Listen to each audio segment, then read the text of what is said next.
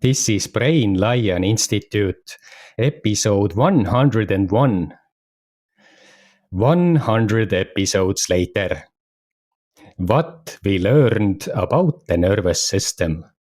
When this series started, the goal was simple: to explain something many people feel but rarely understand. Why life can feel overwhelming. Why rest can feel unsafe. Why motivation disappears. Why meaning sometimes goes quiet. Across 100 episodes, one pattern kept appearing. What people often interpret as failure is usually protection. The nervous system adapts to keep the organism alive. Under long-term stress, the body reorganizes itself around survival. Energy is redirected, perception narrows, attention scans for threat. Creativity becomes secondary, not because a person is broken, because the system is protecting capacity.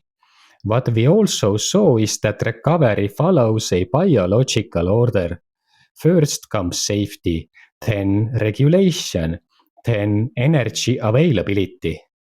Only later come motivation, curiosity, and meaning. Many people try to reverse this order.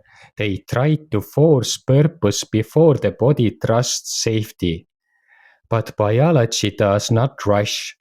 The nervous system restores in layers. Protection, stability, expansion.